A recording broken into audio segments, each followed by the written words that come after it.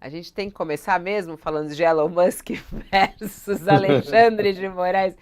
Não, assim, eu fiquei É, pensando até isso, né, Sakamoto? Olha que ponto chegamos, né? Porque é impressionante. Ele essa madrugada estava acelerado, voltou a atacar Alexandre de Moraes no X. O dono do X, né? Ele usa a sua plataforma, a sua rede social para justamente atacar o ministro do Supremo Tribunal Federal e o que causa aí o alvoroço dos bolsonaristas que ficam super animados com isso, mas que ao mesmo tempo traz aí um espanto, né? Ele, nessa madrugada, o Elon Musk chamou o ministro do STF de ditador brutal, acusou Moraes de interferir na última eleição presidencial, disse que o ministro tem o presidente Lula na coleira, acusou o ministro de colocar o dedo na balança para eleger Lula, afirmou que por esse motivo o presidente não vai tomar nenhuma atitude contra ele.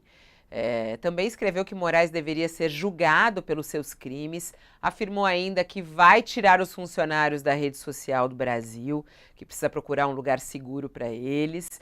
O bilionário já tinha apostado que iria desrespeitar as determinações do Supremo, envolvendo a suspensão das contas na rede social. Mas até agora ele não cumpriu aí a promessa de desrespeitar as leis brasileiras, mas segue fazendo aí esses ataques nas redes sociais.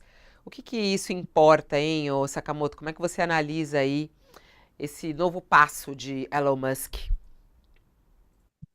Bom, Fabiola, primeiro que até agora ele estava fazendo ataques diretos a Alexandre de Moraes, né? Estava no limite da responsabilidade. Agora ele comete um crime bem claro e bem delimitado ao dizer que as eleições presidenciais de 2022 do Brasil foram manipuladas pelo Tribunal Superior Eleitoral em benefício de Lula, né? Ele fala isso, obviamente, sem apresentar provas, provas que não existem, porque não houve essa manipulação, né, a comunidade internacional, não apenas as instituições brasileiras, mas a comunidade internacional considerou as eleições brasileiras exemplares e limpas, né? Mas ele fala o quê? Ele fala basicamente, ele acusa Alexandre de Moraes de ter utilizado a estrutura do Tribunal Superior Eleitoral para manipular a eleição a favor de Lula, né? Colocar o dedo na balança é exatamente isso. Ou seja, até agora ele não tinha cometido um crime bem claro, estava na parte dos ataques diretos ao judiciário, uma vez que ele não tinha ainda não tinha ainda desrespeitado nenhuma decisão judicial, que era o pior de tudo que ele tinha falado até agora.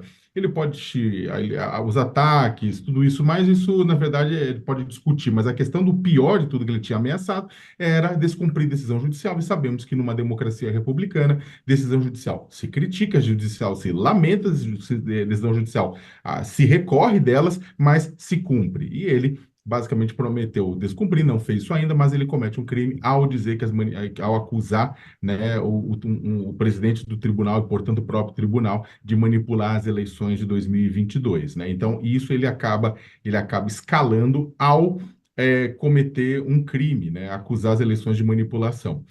Com relação à questão de sair, né, ele vem ameaçando, eu mesmo tinha escrito ontem na minha coluna que eu tinha conversado com algumas pessoas, inclusive de redes sociais, né, de tudo isso mais. O que acontece é o seguinte, é claro que o Twitter tem uma operação lucrativa aqui, mas ele não é uma operação nem próxima do que é a Meta, que é dona do Instagram, do Facebook e do WhatsApp, ou mesmo da operação do Google, que é dona do Gmail, do maior mecanismo de busca da internet e do YouTube.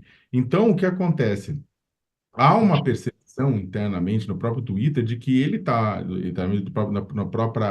no próprio grupo de entidades, de empresas, né, da área, né, de que ele pode também estar usando todo esse momento, toda essa justificativa, né, todos esses ataques, inclusive para justificar uma saída do Brasil. Há um tempo já se discute, o Twitter discute internamente de mover as operações de América Latina para o México, né? Ou seja, todos os países movem para o México, né? De uma vez tudo para lá, né? Para poupar e economizar. Ah, mas aí se ele for expulso, o Twitter pode ser bloqueado. Eu acho muito difícil o Twitter ser bloqueado por longo prazo como plataforma no Brasil, pura e simples, né? É claro que vai demandar de muitas coisas, isso pode vir a acontecer, etc e tal, mas ele estava avaliando de verdade a saída do Brasil. Então, de certa forma, isso aqui dá para ele uma grande justificativa, porque ele acaba saindo ou sendo saído como um paladino da justiça e da liberdade que ele não é. tem muita gente, muito bolsonarista, dizendo, não, ele é o paladino da liberdade, ele vai nos salvar. Gente, vamos colocar a devida proporção do que está acontecendo. Você tem um bilionário com interesses comerciais no mundo inteiro, interesses comerciais que suplantam a sua própria ideologia. Ele não tem problema nenhum de realizar negócios e não se importa que a China bloqueie o Twitter, por exemplo. Ele realiza negócios também de uma forma muito feliz com países do Oriente Médio, com outros países que têm regras extremamente draconianas de liberdade de expressão. Ele tem eles como parceiros comerciais e não se importa.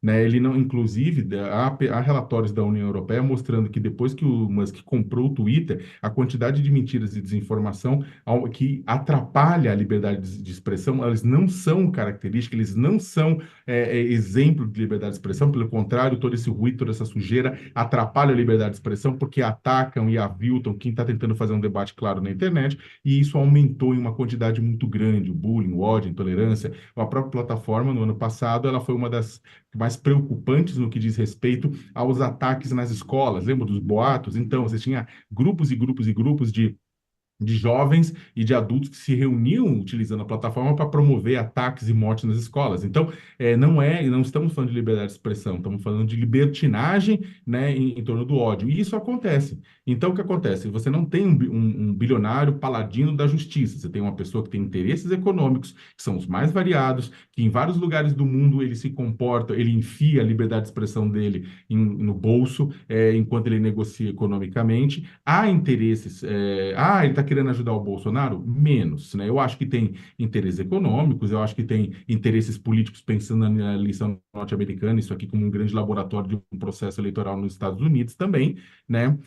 Uma série de razões, e principalmente econômicas, né? Agora, ele pensa tudo isso? Ele pensa tudo isso. Ele acha tudo isso? Ele acha tudo isso, né? A única diferença é que o achar dele, as opiniões dele, são convenientes e oportunistas para cada situação. Terminando, vai escalar? Ele está escalando, né? Até agora, como eu falei, ele não tinha cometido um crime direto. A justiça pode vir agora pedir para a polícia investigar, o Ministério Público pode pedir para a polícia investigar por conta dessa última declaração, né? Agora, vamos esperar para ver se ele vai cumprir a promessa pior de tudo, que é descumprir decisão judicial. Se isso acontecer, fica difícil para a justiça não tomar uma atitude que deve começar com multas e não com suspensão do próprio Twitter. E aí, Josias, diante desses novos ataques, é preciso fazer mais alguma coisa? Moraes deve reagir, o país deve reagir ou deve ignorar Musk no X? Acho que ignorar não é o melhor caminho, não. Acho que devia aproveitar a desqualificação do Elon Musk para se qualificar. O Supremo pode aproveitar essa oportunidade, né? Ele fez aí essa nova incursão contra o Alexandre de Moraes, usou a sua própria rede social para chamar o Moraes de ditador brutal, acusou o ministro, que é também presidente do TSE, né, de interferir na sucessão de 2022. E, na prática, ele insinuou que o Alexandre de Moraes é quem manda no Brasil, né, porque ele disse que o ministro tem o Lula na coleira, né? Então, se essa desqualificação do Elon Musk serve para alguma coisa, é para inspirar uma reflexão da Suprema Corte Brasileira sobre a conveniência de se qualificar. No sábado, o dia em que o Elon Musk iniciou esse tiroteio contra o Alexandre de Moraes, o presidente do Supremo, Luiz Roberto Barroso, estava nos Estados Unidos, em Boston. Ele participou de um encontro promovido lá por pesquisadores brasileiros de Harvard e do MIT. E estava alheio a essas diatribes do Musk, ainda não tinham sido divulgadas essas maluquices do Elon Musk. E o Barroso acertou no olho da mosca quando ele disse, lá nesse encontro em Boston, precisamos voltar a um STF que seja menos proeminente o mais rápido possível. Aí o ministro se distanciou do alvo quando ele concedeu, na frase seguinte, uma sobrevida a essa suprema proeminência do STF. Não podemos fingir, disse ele, que essas coisas, tentativa de golpe, o 8 de janeiro, que essas coisas não aconteceram. Aí o Barroso perde a mira completamente quando ele empurra a volta a essa ansiada normalidade para um ponto incerto da folhinha. Ele diz lá, infelizmente, ainda precisamos seguir nesses processos por um pouco mais de tempo. A sequência dos processos é inevitável, até um imperioso jurídico, né? A impunidade do Bolsonaro e do alto comando do golpe, a essa altura, seria um novo atentado à democracia. Então, é imperioso mesmo que o Supremo dê sequência a esses inquéritos, a esses julgamentos. Mas a emergência institucional, ela já não se justifica. O Augusto Aras já foi para casa, os réus do 8 de janeiro continuam sendo condenados, a Polícia Federal faz o seu trabalho. Então, está passando da hora de o Supremo abrir o baú dos inquéritos sigilosos do Alexandre de Moraes. O Elon Musk, a essa altura, ele estaria pregando num Saara virtual.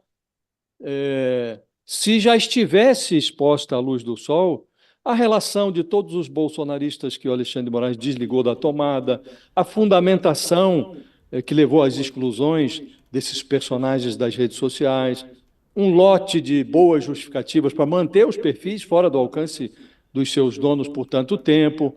Se o Alexandre de Moraes já tivesse abdicado de parte da sua proeminência, para utilizar o linguajar do Barroso, não haveria um Xandão para o Elon Musk chutar nas redes sociais. Então, quero crer, Fabiola, você até fez uma pergunta no início do nosso programa, né? Precisamos mesmo continuar falando de Elon Musk? Infelizmente, estamos nós aqui a falar de um personagem altamente desqualificado. A última coisa que interessa ao Elon Musk é liberdade de expressão, é democracia, é Estado democrático de direito. O que interessa ao Elon Musk é dinheiro. E até vai mal das pernas o Twitter, que agora ele rebatizou de X, né? Desde que ele assumiu os negócios, a coisa vai mal lá. Então ele tem essa necessidade. Como ele monetiza o ódio, a esculhambação, a mentira, ele tem a necessidade de dar o pontapé inicial, de ser ele o guia mor da desqualificação. Então, estamos nós aqui a falar desse personagem, né? Poderíamos estar falando de outros assuntos. Acho que o Supremo deveria refletir, Fabiola, sobre essa conjuntura e se tanta desqualificação serve para alguma coisa, é para isso, é para refletir sobre a conveniência de se qualificar.